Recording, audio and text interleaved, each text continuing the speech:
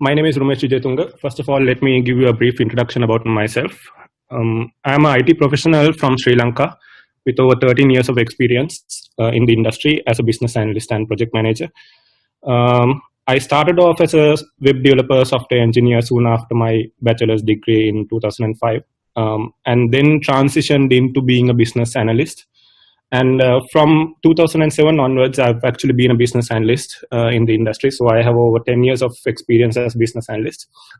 While I was working as a business analyst, I actually did all the certifications related to business analysis offered by IIBA and then by PMI. So why I gave that introduction about myself, where I started, why I did graphics design, web development first of all, and then did software engineering, is simply because of the fact that most of the people are asking me questions about, Rumesh, I'm actually doing a job related to human resources management, or a job related to finance management, or I'm actually working as a marketing professional, and I'm interested in pursuing a career in business analysis. So what I tell most of them is, don't worry where you start, or what sort of degree you have done, or what sort of job role you are performing at the moment. There's no limitation for you to become a business analyst in any industry. So the business analysis is a role. It's not a job designation, which we will be discussing as we move further along in this set of slides. So I'm currently the Chief Innovation Officer of a UK-based IT services company, which is called Zaisi Limited. I'm heading operations here in the Sri Lanka office. I'm also the president of the IIBA Sri Lanka chapter. And myself and a few colleagues of mine have started an institute which is called LearnTeam, and a consultancy firm which is called Cerebro Consulting, where we do business consulting and project management services for organizations, plus do some corporate trainings. So I'll quickly move on to the session today. So this is an outline of what we'll be covering today. First of all, we'll be looking at this term business in business analysis. So we have seen the role business analyst, or the job role called business analysis. But do we really understand what we mean by this? Why is it important to know about the business part of business analysis? So first of all, we will be looking at that, and we'll be looking at the definition given by IIBA for this role, business analyst, and then we'll look at the definition given by IIBA again for the role business analyst, and then look at how a business analyst can progress through his career, starting from being a junior business analyst right up to being an enterprise architect. And then I'll give an introduction to IIBA, the standards or the professional body which governs all the business analysts around the world. And I'll give an introduction to the BABOK, which is the business analysis body of knowledge, which is the standards book or the guidance which is provided by IIBA, which has all the tools, techniques, and concepts related to business analysis. And I'll talk you through about some of the certifications which are offered by IIBA, and we'll have a quick look at some other certifications offered by different certification bodies. So this will be the outline for today. So first of all, let's look at the term business in business analysis. Why is it important to look at this term? So if we look at it, any project that we do, or any sort of engagement that we have with some sort of customer, is to do with their business, or is to do with whatever business that we are engaged in. So it is important to know why businesses exist, what is the ultimate motive in terms of operations, and what are the outcomes that they're expecting by doing their business operations. If we look at this diagram, any business would operate with the motive of producing some sort of output. That output can be a product or a service or some sort of condition that they want to achieve through the operations that they're engaged in. In order to produce these outputs, which are products or services, they would need some sort of input. This input would be in the form of raw materials, it would be in the form of components that they have developed, or it can even be in the form of human resources, skills and competencies of people whom they need in order to do that particular operation.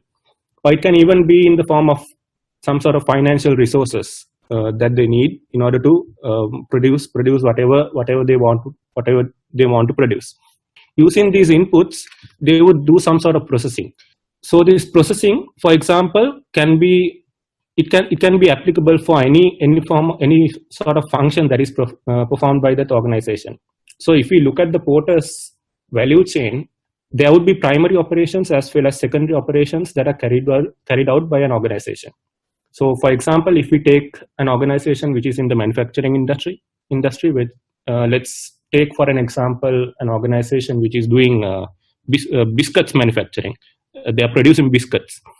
So the input would be whatever paste that they need or the raw materials that they need to produce that biscuit, and the paste that they need to put within those pieces of biscuits, and then the packaging that they need to produce the final output. And then the main operation that they would be performing is the production of this biscuit. So there would be a production line where there will be a lot of people involved who would be specializing in their particular task. They would take this input, do some sort of operation on it, or perform some sort of process through which they would add some sort of value to that particular product, in this case the biscuit.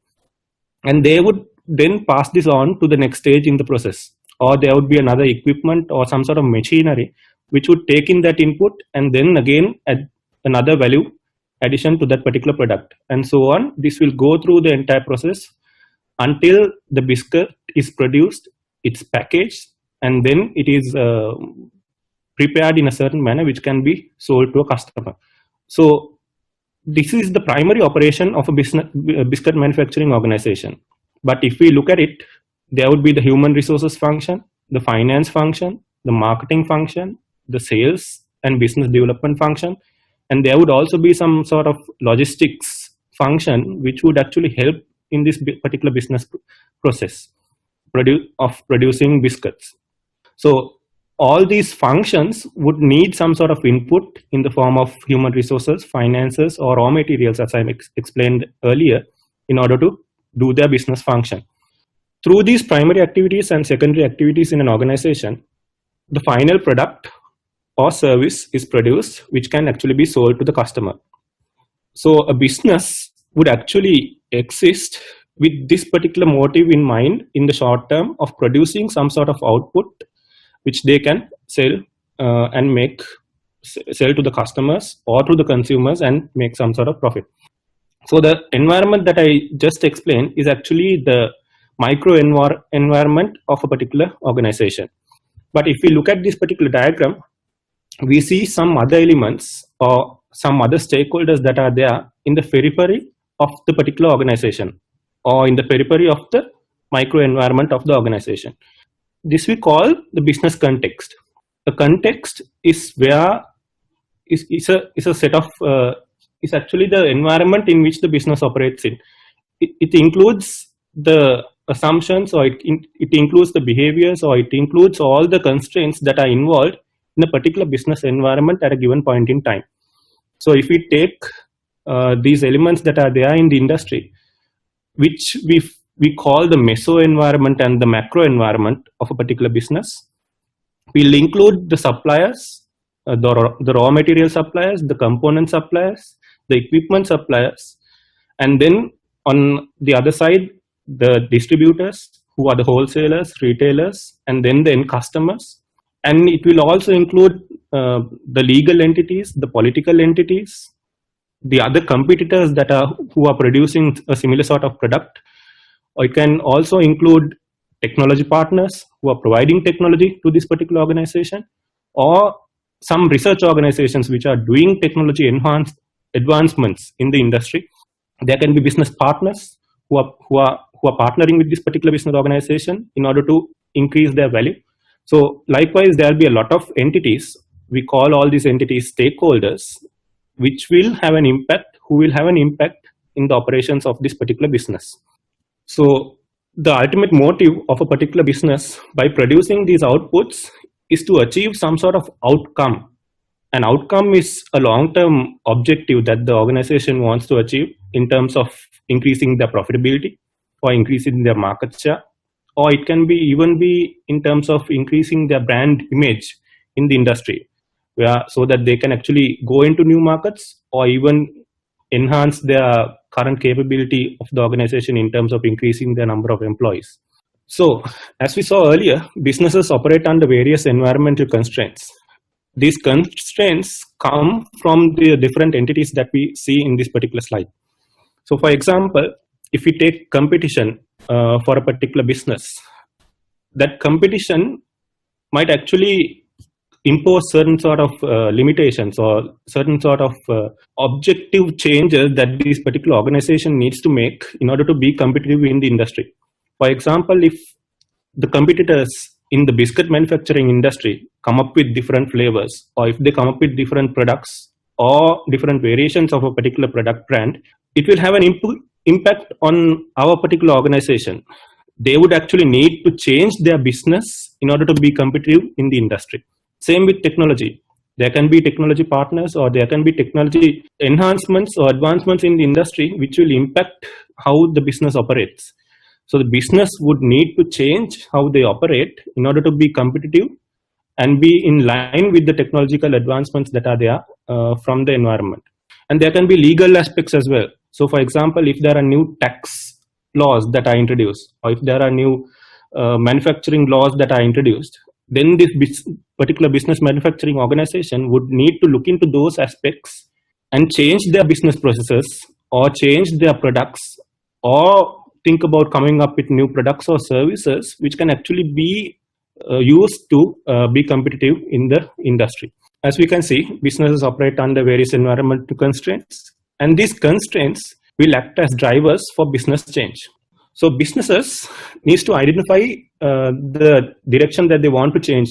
So for example, through their analysis, they would actually identify that they want to move into new markets, or they need to come up with new products or services that they can sell in new markets. Or they might actually make a decision of stopping their current business operations and even completely moving on to a new direction of operation. So as we can see, the direction that the business wants to change to can even be positive or it can be negative as well.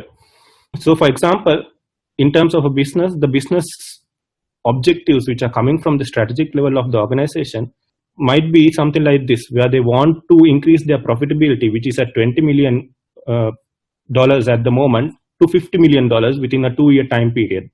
Or they can come up with an objective saying that they want to increase their market share by 20% within a 2-year time period. So it's a positive change that they want to see in terms of growing their organization. And through that need for a positive change, they would come up with new ideas for products or services which would actually add value to the business. So with the need for new products or services, or with the need to change the existing product range or the existing service range, the organization will come up with objectives or ideas for projects or programs. So the business analyst's role is involved in both these areas. The business analyst's role is involved in the area of identifying the problem or the opportunity that they want to take advantage of. We call it the what part of a business analyst. So through this what part of the business analyst, what he is doing is he's studying the problem domain, or he's studying the opportunities that are there in that particular business domain that we are interested in. So for example, a business analyst would move in to the biscuit manufacturing organization that I mentioned earlier, and he would talk with the C-level stakeholders of the organization, who would be the CEO or the COO of that particular organization. And the business analyst would ask them, okay, what are your strategic objectives? What do you want to do? What do you want to change? Do you want to change your business processes? Or do you want to come up with new products or services that you want to sell in this market? So he will identify the what part of it, and he would also identify the strategic objectives in terms of SMART objectives. So through this analysis, the business analyst will identify the business requirements of the organization in terms of how much they want to grow, the profitability or the market share or the count of employees. Likewise, he would identify the what part of the requirement for that particular organization. And then the business analyst would also get involved in identifying the solution aspects of meeting the objectives of the organization, or he would get involved in identifying the how part of business analysis, where he would identify how do we actually meet the business requirements of this particular organization, how do we meet the what part of business analysis. So he would need to work with different stakeholders who can be internal to the organization or who can be external to the organization in identifying how he can come up with different solution options which he can recommend to this particular organization in order to overcome the problems or to take advantage of the opportunities that are there. So for example, the business analyst who is working with this biscuit manufacturing organization will need to talk with the process owners of that particular organization, or he would need to talk with the different stakeholders who are involved in the process at different stages in the process, and talk to them and identify the problems or the pain points that they are facing, and to come up with solutions that would actually enhance their operations or which would actually help them in their day-to-day operations. So he is basically identifying different solution options that he can give to the stakeholders in order to overcome the problems. So the main objective of doing business analysis is to identify the current state and then the future state, to identify the gaps that are there in the organization and coming up with and recommending solution options which can be used to enable that particular change. So with that discussion in mind, let's look at the definition that is given by IIBA. So the current version of the business analysis body of knowledge, which is BABOK 3.0, defines business analysis as the practice of enabling change in an organizational context by defining needs and recommending solutions that deliver value to stakeholders. Let's look at the terms that are highlighted in this particular slide, in the coming slide. But as you can see, business analyst is the one who is enabling the change. He is the one who would be studying the current state of the organization. He would be the one who is identifying the problems, or he would be the one who is identifying the opportunities that are there for that particular organization. And he would be the change agent. The business analyst would be the one who is enabling that change or guiding this organization through the particular change that they want to achieve. And the business analysis services will be applicable in an organizational context. The current state will have different impacts coming from different stakeholders or entities in the environment. And the business analyst, while studying the organization, while studying the business operations, will need to study the impact or interest of the entities that are there in the periphery towards this particular business operation. And through this analysis, the business analyst would need to identify the needs that are there for this particular organization to change. And then he will need to recommend solution options that can be used to deliver value to the stakeholders that are involved. So the business analysis enables an enterprise to articulate needs and the rationale for change, and to design and describe solutions that can deliver value.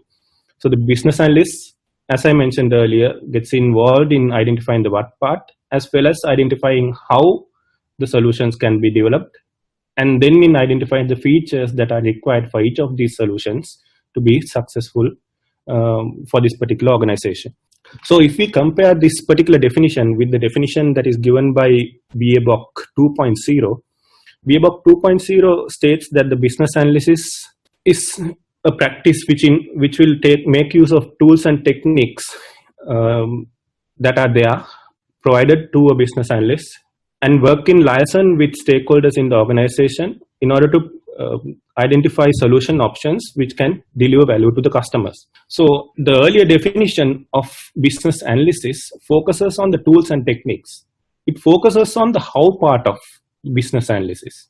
And BABOK 3.0 identified that business analyst not only gets involved in the how part of it, but he needs to get involved in the what part of it as well. So the definition has changed from being a technology-based definition for business analysis to being a more rounded end-to-end definition for the role of business analyst. So let's look at the key terms that were highlighted there in the previous slide.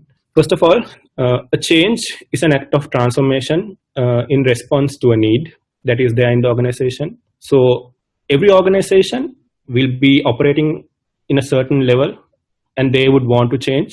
And in order to facilitate this transformation, there would be a set of needs that are coming up for different stakeholders. So this change is the transformation that is required by this organization in order to meet this need. So a need is a problem or opportunity that needs to be addressed. So there's a difference in the definition between a need and a want.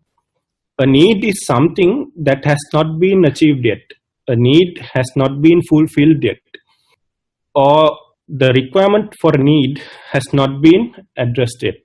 So a problem or opportunity that an organization has, which has not been addressed, is a need. But a want in the other end of the spectrum is something that has been realized. So, for example, I can say that I need to have an ice cream, or I want to have an ice cream. So I need to have an ice cream means that, okay, there's a certain uncertainty that is involved. I can live even without having an ice cream. But if I say I want an ice cream, that means that I really need this ice cream. Without this ice cream, I can't go on. So a need is something that needs to be addressed. A solution is a specific way of satisfying one or more of these needs identified in this particular context. So like what I said, the business analyst needs to identify different solution options that he can use to overcome the problem or opportunity that has been identified. So for example, in order to satisfy a particular need, there can be multiple solution options. For example, if we identify that a particular organization is facing a high level of employee turnover in the organization, through the analysis, the business analyst can identify that most of the people are leaving because they are not satisfied with the type of work that they are doing, or the people are not satisfied with the challenge that they are given on their day-to-day work, or they are not satisfied with the amount of training or skills enhancement that is happening by the organization. So the business analyst, through his analysis, can come up with solution options, saying that, okay, if in order to retain our employees, we need to come up with new trainings, or we need to come up with trainings on technical aspects as well as soft skills, or the business analyst even may come up with ideas such as mentoring or coaching for the employees. So these are different solution options that the business analyst can come up with in order to solve a particular problem. Stakeholders, as we know, are people who are interested in or impacted by the operations of the particular organization. And then the value that is given to the stakeholders is the worth or the importance or the usefulness of something that the organization comes up with in a particular context in order to solve the problem or opportunity. So this value can be financial as well as non-financial. It can simply be something like stakeholder satisfaction, where you do something, a solution, in order to increase the level of satisfaction of the stakeholders. So the context involves the environment, and it involves the circumstances that influence or are influenced by providing understanding of the change. So who is a business analyst?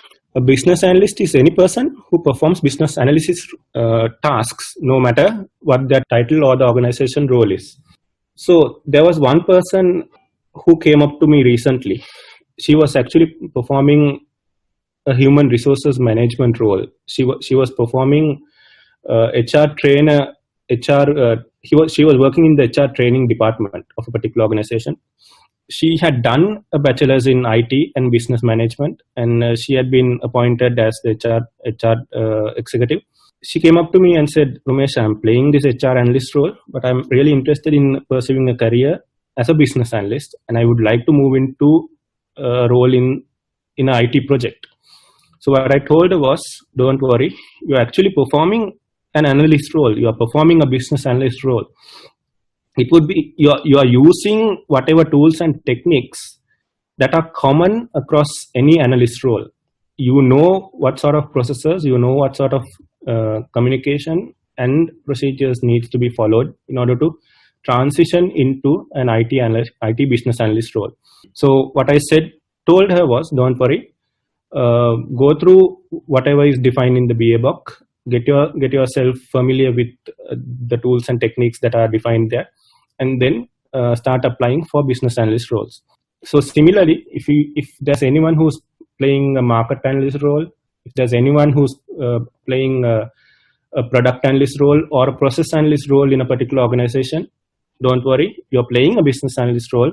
It's just that it is defined in a different way, or it is defined with a different terminology. So the business analysts are responsible for discovering, synthesizing, analyzing information from a variety of sources within an enterprise, including tools, processes, documentation, and stakeholders. And the business analysts are primarily responsible for eliciting requirements. So they need to make sure that they go deep into the context, they go deep into understanding the different needs of the stakeholders, and draw forth or bring out the requirements, the real desires that they have. So there's a difference between eliciting requirements and gathering requirements. Gathering requirements means that the requirements are readily available. They just need to go and pick it up. So for example, if we say that we are gathering apples from an apple tree, we know that the apples are there. We just need to go and grab them or pluck them out of the tree. But eliciting is different to that.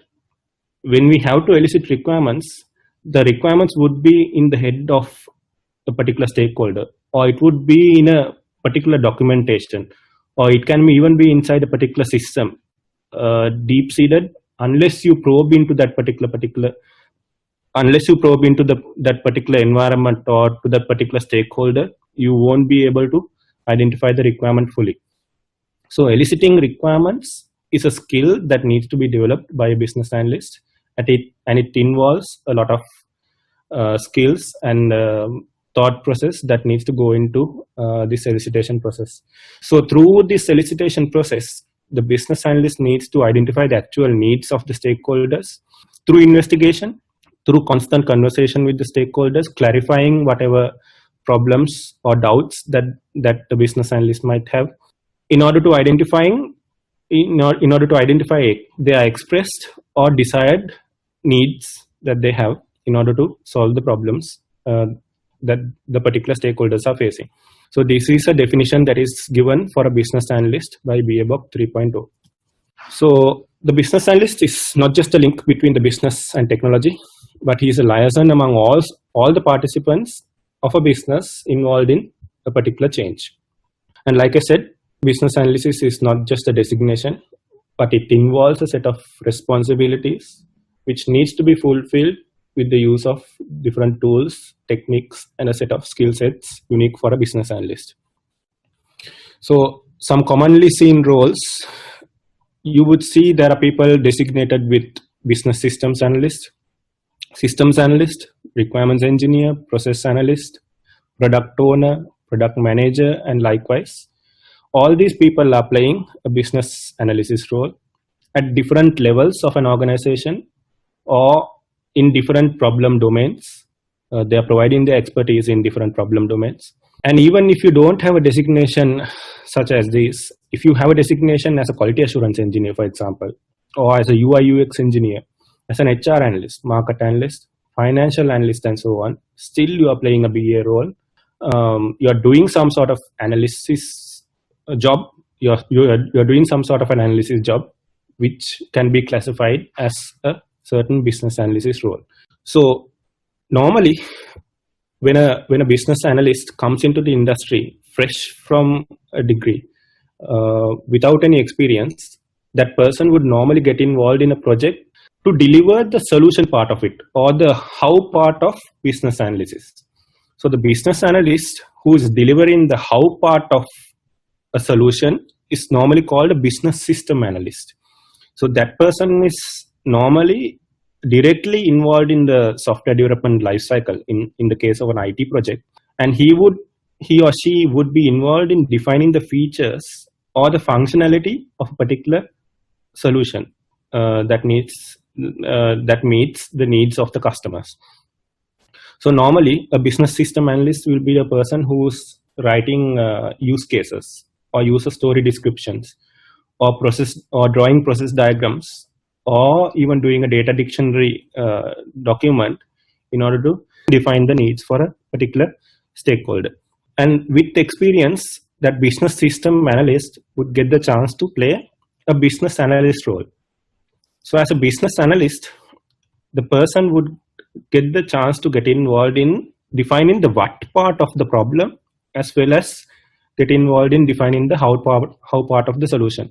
So a business analyst would be more client facing. He would get involved in directly interacting with the client or the stakeholders in identifying the problems that they're facing, or in identifying the opportunities that they want to make advantage of, eliciting the business processes that are involved, eliciting the requirements that they want satisfied, and in defining the solution part of the problem as well.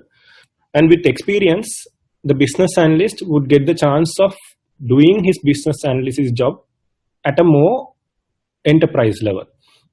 So as a business architect and an enterprise analyst, the business analyst would get involved in defining the solution for an entire organization. For example, an enterprise analyst would be the business analyst who is overlooking all the projects or programs in a particular organization.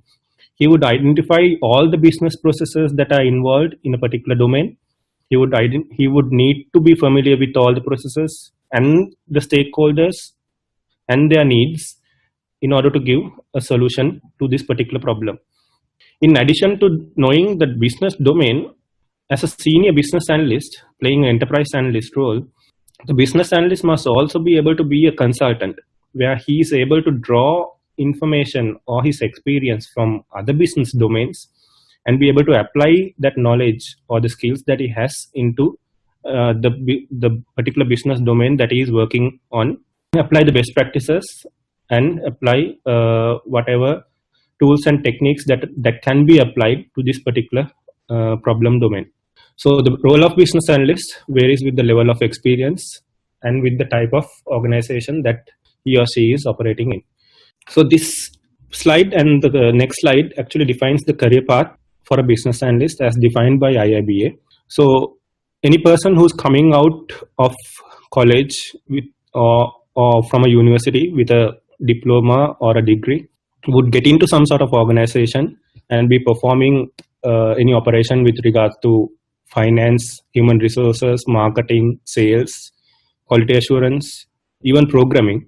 So he would be performing any sort of job role and gaining some sort of experience through which he might transition into playing a role as a functional analyst, agile analyst, service request analyst, systems analyst, or any type of business analysis role. So the degree or the diploma and then the initial job role that he is doing will create the platform which will enable him to become an analyst or a consultant in the industry. So with experience, this particular business analyst will transition into playing an intermediate business analyst role and a senior business analyst role. So as an intermediate business analyst, he might be playing an intermediate process analyst role, or he might be performing an intermediate systems analyst role or an agile analyst role. And with experience, he would be able to do more some certifications offered by IIBA or any other certification body, and then move on to becoming an enterprise architect or a senior business consultant in a particular organization, overlooking one or more projects or programs within that particular organization. So as a business analyst, he could grow in his career to becoming even a C-level professional in an organization. So why this is possible for a business analyst is because a business analyst is a person who would be studying a particular business. He would be a person who would be analyzing a business, how it operates, the problems that they're facing, and then identifying solutions that they need to give, keeping in mind about the macro environment and the micro environment that a business operates in. So a business analyst would ultimately become a person who's well-rounded and who would have knowledge about all the aspects that are there required to operate a particular business. So a business analyst can actually grow up to being a director or a C-level professional in an organization. So let's look at some of the professional bodies that are there for business analysis, and then the certifications that are offered by them. So the main organization for business analysts is called International Institute of Business Analysis, which is IIBA. So IIBA was founded in Canada in 2003, and it is a not-for-profit organization. IIBA is the world's leading association for business analysts and professionals. This is the standards organization for anyone who's playing a role of business analysis. So IIBA is not just limited to anyone who's coming from the IT industry, but it is applicable for anyone in any industry or any business domain who's playing a business analyst role. And IIBA's mission is to develop and maintain the standards for the practice of business analysis, and to make sure that they grow the profession of business analysis through mentoring, coaching, and then providing certification options for its practitioners. And IIBA also produces the standards or the guidelines for the profession of business analysis through their main product, which is the BABOK, the Business Analysis Body of Knowledge. So the Business Analysis Body of Knowledge it consists of guidelines, so it consists of the tasks, different knowledge areas, tasks, tools, and techniques, and then the competencies that are required by a particular business analyst in order to be successful in his profession. And IIBA also provides communities, forums, and then facilitates knowledge sharing options for its practitioners. A quick look at the BABOK. It's a best practice repository, and it is the recognized standard for the practice of business analysis. So the BABOK is a produce done by business analysis practitioners who are experienced and qualified. It is not only a guide, but it is also it defines all the standards that needs to be followed by business analysis practitioners. It's not a reference book, or it is not a methodology. It simply defines the best practices that needs to be followed by the professionals. The current version of the BABOK is version 3.0. And BABOK 3.0 defines 6 main knowledge areas. So the knowledge areas will define knowledge areas only act as a guideline. It is not a standard, or it is not a must to follow all these knowledge areas in a particular project. And the knowledge areas will have tasks which a business analyst needs to perform. And these tasks are not mandatory to be followed in all the projects.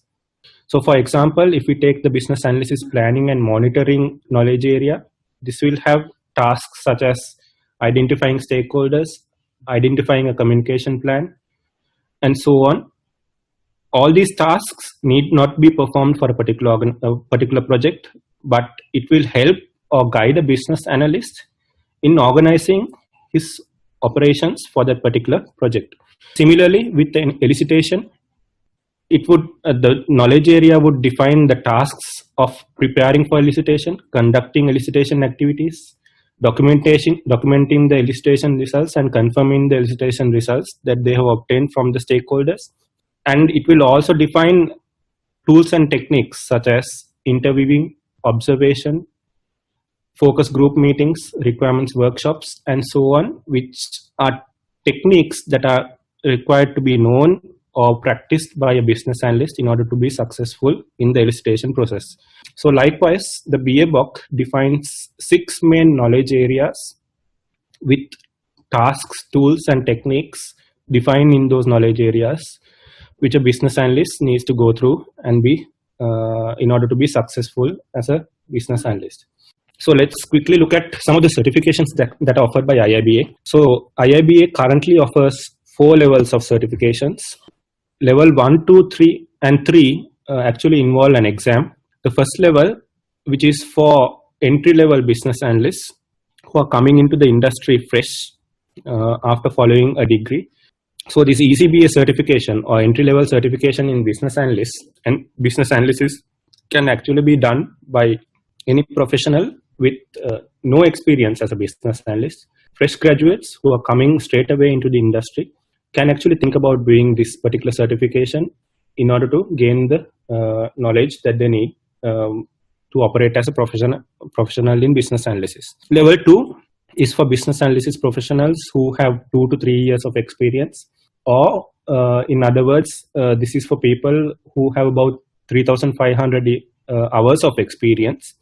So professionals with that amount of experience can think about doing the certification of capability in business analysis or CCBA. Professionals with over 5 years of experience, or in other words, 7,500 hours of experience, can look into doing the CBAP certification, which is the Certified Business Analysis Professional certification. So level 1, 2, 3, as I said, will involve an exam. For level 1 and 2, it will be a multiple choice examination where the professional will need to sit through a examination which will cover 120 multiple choice questions within a 3-hour time period. And for level 3 CBAP certification, the professional will need to sit for a 4-hour examination, again multiple choice questions. And the examinations will cover concepts from the BABOK. It will have direct questions on concepts as well as scenario-based questions. There's only one single answer from which the out of 4 answers which the business analyst needs to select. The level 4 CBATL or Certified Business Analysis Thought Leader does not involve any exam.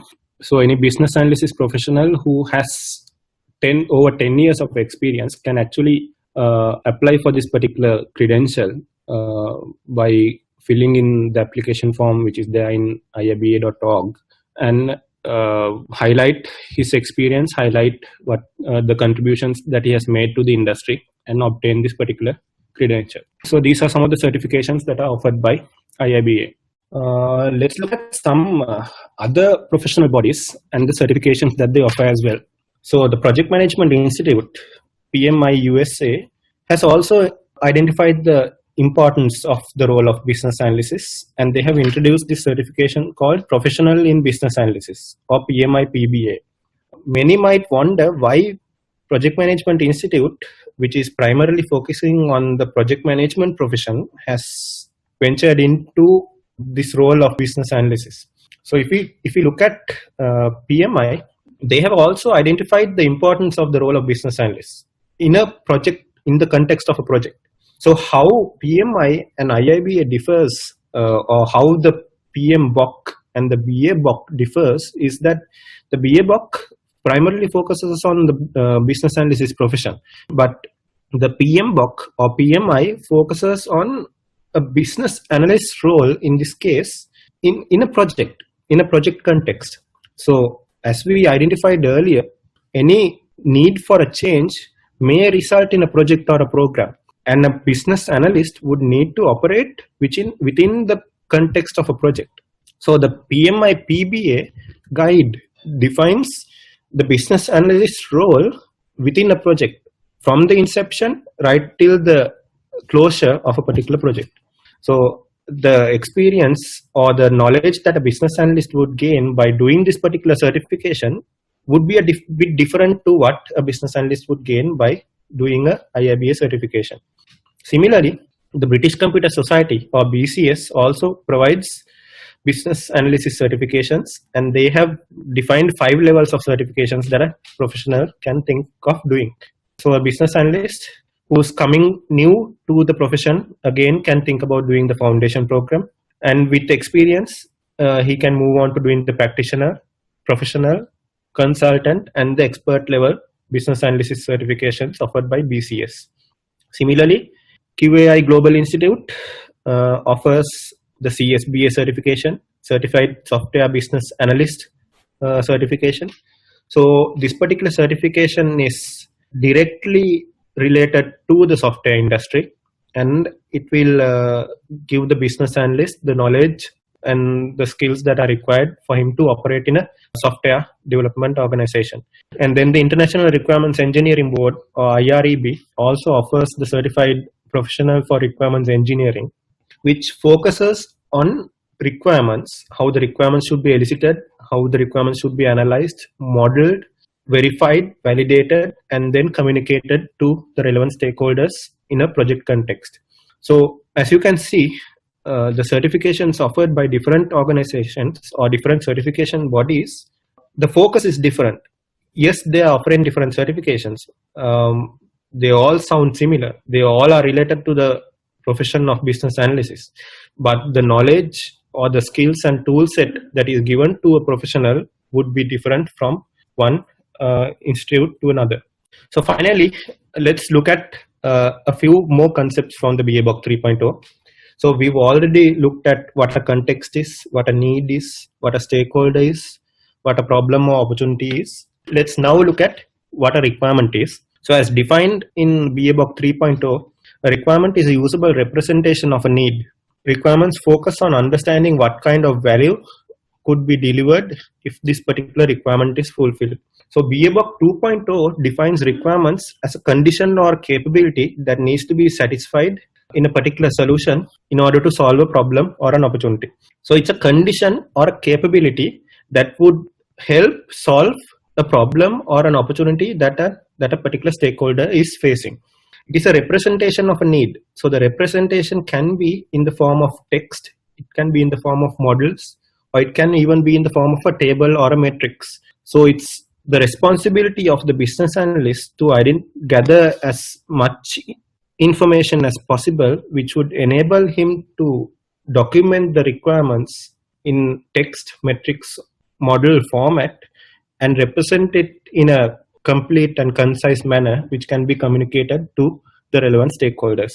So the BABOK defines four main types of requirements. The first main type is business requirements.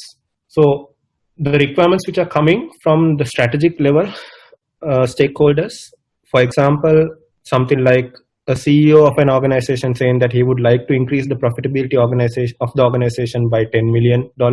The chief marketing officer saying that he would like to increase the market share by 20%. Those are business requirements. Those are strategic level requirements which are coming from the main stakeholders of an organization in order to take the business forward. With these business level requirements, the business level requirements can be cascaded down to stakeholder level requirements. So in order to satisfy the business strategic level requirements, stakeholders in an organization would need to come up with their own set of requirements. So for example, if the chief marketing officer says that I want to increase the market share by 20%, the head of marketing who sits below the chief marketing officer will have his own set of requirements saying that in order to increase the market share by 20%, I need to conduct at least 20 new marketing campaigns within the 1 year time period. Or he would say that in order to achieve a 20% increase in market share, I need to be able to market at least 10 new products into 5 new markets or business areas in order to achieve this strategic objective. So stakeholder level requirements would normally come from business unit head or tactical management level stakeholders from an organization in order to meet the business level requirements of that particular organization. And from those stakeholder requirements, there would be solution level requirements that would be required in order to satisfy those stakeholder requirements. So for example, if the marketing head says that he wants to conduct 10 new marketing campaigns, in order to do 10 new marketing campaigns, he would say that I need a new CRM application, a new customer relationships management application. He would say that I need to be able to manage my customers from the stage of a lead to a qualified lead until he becomes a customer for my organization. So the CRM, the requirement for a CRM and the features that needs to be there in that particular CRM would be identified at the solution level requirements. So solution level requirements can be divided into functional requirements as well as non-functional requirements.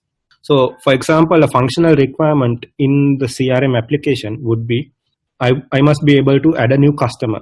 I must be able to define a new lead, or I must be able to create a new campaign in my particular organization. So the system will need to have that capability or the solution will need to have that capability to add a customer, add a lead, or to qualify a lead within that particular system, and that would become a functional requirement for that particular organization. Similarly, there would be non-functional requirements that needs to be satisfied in that particular solution as well. So the number of customers that are added into the system initially might be only about 100, but there would be a requirement to be able to scale up to satisfy or to be able to manage up to even 10,000 customers. So scalability could be a non-functional requirement. Similarly, the performance of the system, the security of the system, and then the compatibility of the system, the language support, things like that can also become non-functional requirements for this particular solution. The last type of requirements that are defined in the BABOK is transition requirements. So in order to transition from the existing state to the future state that the organization wants to achieve through the change, they would need some sort of transition requirements to be satisfied. For example, if the marketing head says that he wants a new CRM application, there would be a requirement to transition from the existing CRM application or the existing way that they are managing their customers into the new CRM application. So they would need to move all the data that they have about customers from the current state to the new system. They would need to do the training to the sales team or the marketing team so that they can actually operate this new CRM application. So training, skill, uplifting of skills, migration of data, and so on can be transition requirements for a particular solution. Okay, so that's all that I wanted to cover in terms of an introduction to business analysis and an introduction to a career in business analysis. You can connect with me through any of these channels that I have listed here. You can reach out to me via email, chanakarumesh@gmail.com. You can follow me on LinkedIn, or you can even Skype me or send me a message on Twitter. I would be happy to respond to any queries that you have, or to help you with any problems that you're facing in terms of your career. And if you want any advice about trainings that you can do, or certifications that you can do, or any problems that you're facing in your day-to-day career as a business analyst, please do reach out to me. I'll be glad to help. Thank you very much for joining in, and looking forward to hearing from you all.